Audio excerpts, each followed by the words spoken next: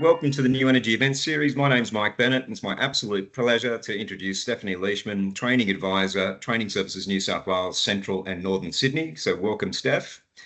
Hello. So, Steph, can you tell us about the role of Training Services New South Wales in relation to apprenticeships and traineeships in New South Wales? I can. So training services, we're the regulators for apprenticeships and traineeships in New South Wales. So what our role is to administer the Apprenticeship and Traineeship Act. And part of that is in approving training contracts, varying training contracts, and issuing the certificate of proficiency on successful completion of the apprenticeship or traineeship. Day to day, our role involves supporting and guiding employers, learners, training providers, to ensure that there is that successful completion in training. Training services also manage the smart and skilled contracts to ensure that quality education system in New South Wales. And smart and skilled providers are funded to deliver approximately 90% of all apprenticeships and traineeships in New South Wales. So big role for us. As a training advisor, my job is to go out into the field and meet with employers and learners and training providers to make sure that everyone's supported and know what their obligations are under the training contract. I reiterate those training plan requirements. That's a key part of the apprenticeship and traineeship process. And because training services fund most of those apprenticeships and traineeships, I also get notified by RTOs when things aren't going right. So my job is to provide advice and support depending on that particular situation. Okay. So as well as all of that, the department coordinates free workshops on supervising apprentices and trainees. So what are the key messages that employers take away from those workshops? Yeah, so the workshop is something that I get to facilitate out of our Central and Northern Sydney office. But the workshop, it follows the training contract process all the way from sign up all the way to the completion of the contract. We really want to highlight with employers and supervisors what to expect throughout that process and what those legal and key requirements are. It's not just cheap labour taking on an apprentice or trainee. There's a bit of work that goes into it. So the modules are roles and expectations. So key messages participants take away from that particular module is who's who in the zoo, essentially. The whole apprenticeship space has quite a few key players in there. Yeah. And then we deep dive into the role of the learner or the apprentice or trainee and the key roles of the supervisor. We also touch on physical and psychological safety and how to create an environment where learning can occur in a safe and supportive environment. We also go through inclusion and development strategies. That's where we talk about those coaching and mentoring strategies because everyone comes from a different walk of life. We also go into the training plan, and the key message here is that the training plan is an essential part of that training contract. And we show participants or supervisors how to utilize that training plan in the day-to-day business or day-to-day supporting of their learner. And then the competency and completion. So there's a couple of different ways to complete a training contract and understanding what competency actually means. Okay. Yeah. So let's unpack that a little bit. You talked about the roles and responsibilities. What are the roles and responsibilities of the apprentice or trainee in the employment relationships?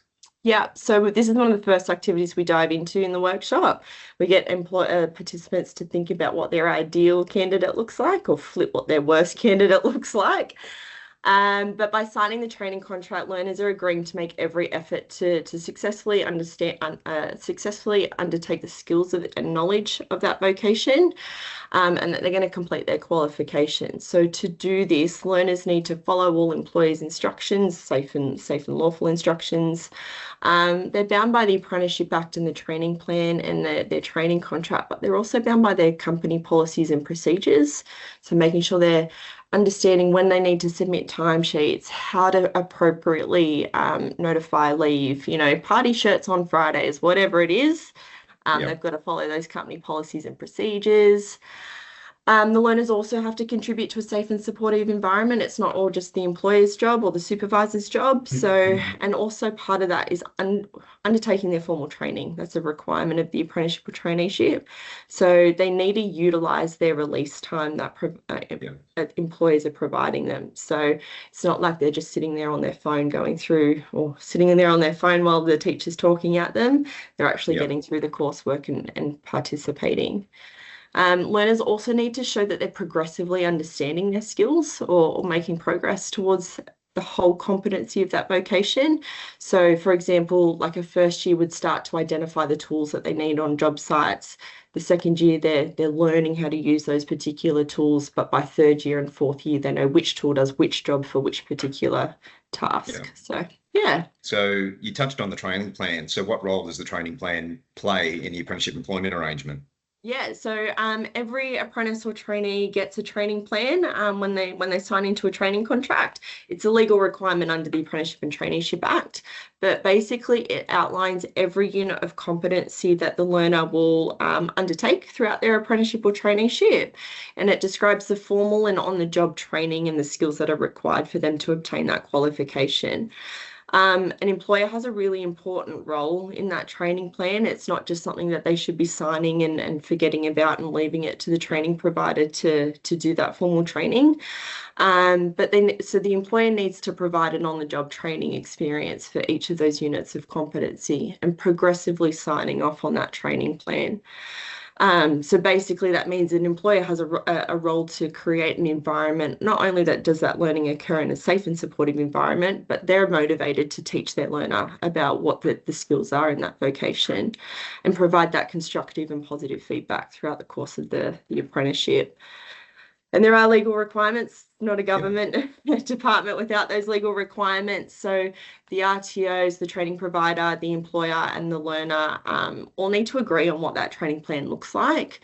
And that training plan has defined roles for each participant. And then, making sure that they're getting through that qualification. And there's a few players in the apprenticeship relationship. So what role does the Apprentice Connect Australia provider play? Cool, you keep changing your names, guys. So we've referred to them at training services as apprentice providers. Yep. So if you want to become an apprentice or if you want to hire an apprentice or a trainee, your apprentice provider are the first point of contact to get started. So they connect apprentices and trainees with employers and they support all parties throughout the course of that training contract. Their role is free and it's an essential requirement. I can't come out and sign into the training contract. That's what your apprenticeship provider's role is. They will advise on any incentives that may be entitled to for an employer or for a learner, and they can also suggest any training delivery options or any requirements that come through for being an apprentice or a trainee.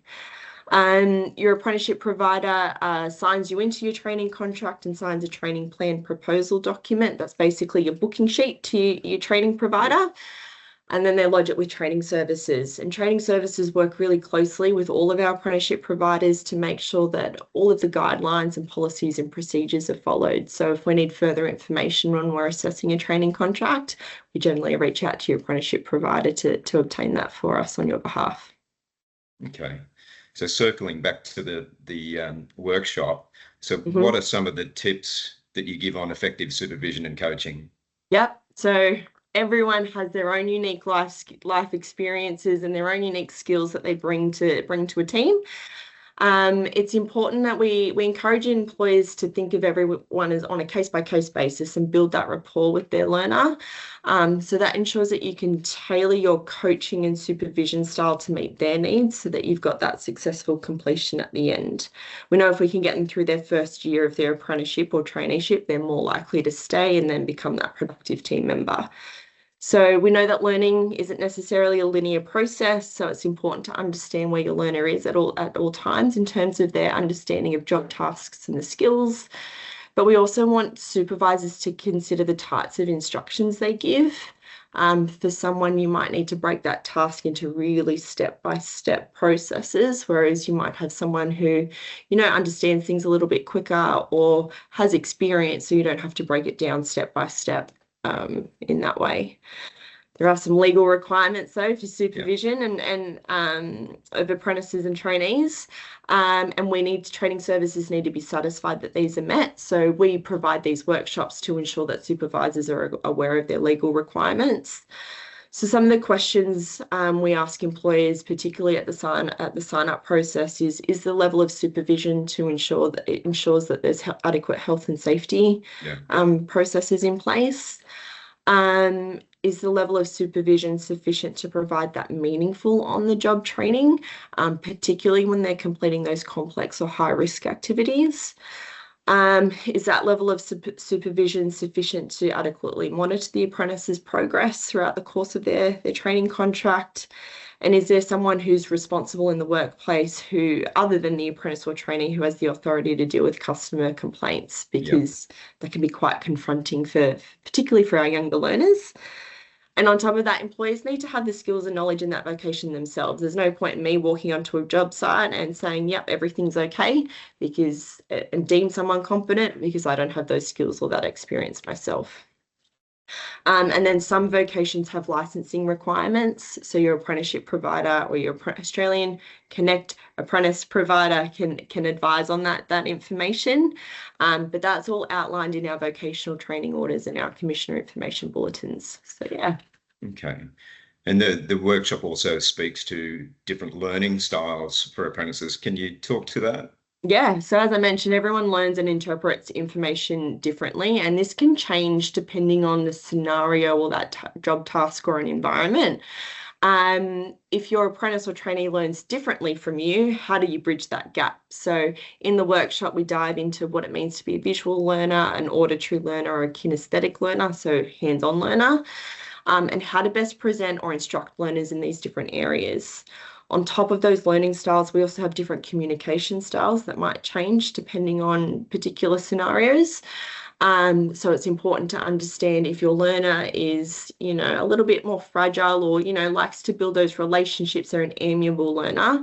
If you're going in with a really direct approach, you might have some barriers there. So it's making sure you as a supervisor can tailor that approach for your learner. And then in that workshop, we go through different scenarios and we encourage employers to think about things that are very common in the workplace and how they would tailor that approach depending on what your learner's learning style is or their communication style would be. So if there is additional supports required, where can an employer or an apprentice find those additional supports? Yeah, so there's heaps of support available. We don't want employers or learners to think that they're doing this alone, particularly if something's a bit unsure or a bit sticky. So on top of the supervisor workshops that we deliver, if your learner identifies as Aboriginal or Torres Strait Islander, there's our Barangarra mentoring program available for your learner to participate in. All of our regional offices, there's 9 in the state, have identified staff members that can provide extra cultural support if that's what your learner needs or if you need that as an employer or a supervisor. If your learner has disclosed on the training contract that they have a disability, there's the Employment Assistance Fund that your apprenticeship provider can also provide any extra support with. It also triggers a little bit of extra support for the training organisation, whether or not your learner needs a scribe or an extra hour of release time, just depending on what it is.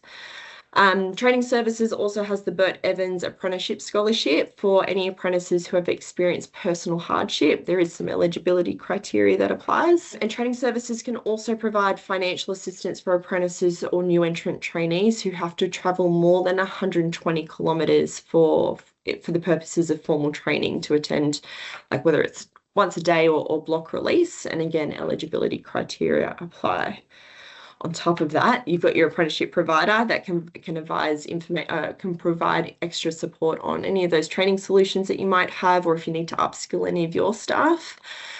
And then outside of Training Services, there's group training organisations, Fair Work, New South Wales Fair Training, your industry training advisory bodies, and Safe Work.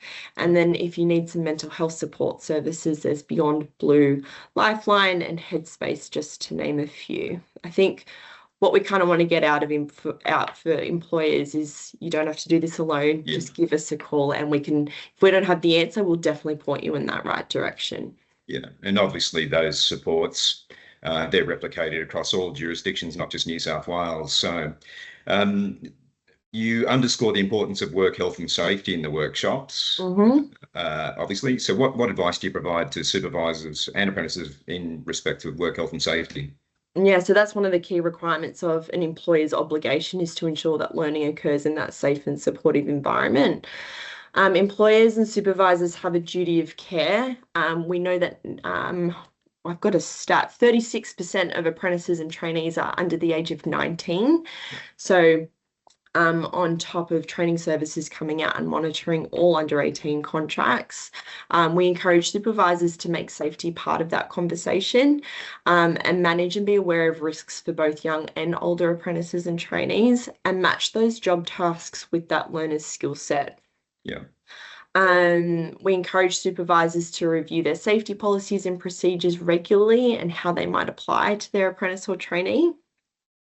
And then it's not just physical safety, there's psychological safety. So when we go through the workshop, the first module, all of the supervisors identify that they want to provide an environment where the learner can feel safe to come and ask them questions. Yeah. And we deep dive into how do we actually create an environment where it's psychological safety and mental health support is available to everyone. Yeah, and a good proportion of the apprenticeship cohort are young people transitioning from school, so very new to the workplace, so obviously considered high risk. Yeah, so, and they're not just learning those technical skills of the role, they're also learning those soft skills. So yeah, employers are oftentimes a role model for how they're going to handle stress. So if you've got a supervisor that's, you know, a stressful situation and they're yelling and screaming about something, your learner's going to remember that and either take that on themselves or not raise things when they're concerned because they're worried that they're going to get their head bitten off. So, yeah. So really, really helpful if people can get to attend the Supervisors Workshop. So where can people go to find out more information about attending or participating? Yeah, so our website, I'm going to share a link. Actually, I might do that right now if you don't mind. Sure. So we have, if you want to jump behind me, let's see if this works. Is that popped up? Yep. Perfect. Excellent. If you want to use that QR code, it's going to take you to Training Services link tree. And in there, it has all of our supervisor workshop information. It has an employer guide if you want a little bit more information about that. As I mentioned, there's 9 regional offices all throughout New South Wales. So we can tailor this to industry if there's a cohort of industry requirements to be done, or if you're a large employer and you're looking to take on a couple of apprentices and you want to train your supervisors. I need to reiterate, it is free, because the goal is obviously to get those training contracts completed. Well, Steph Leishman, Training Advisor for Training Services New South Wales, we appreciate your time. Thanks very much indeed. Thank you. Thank you.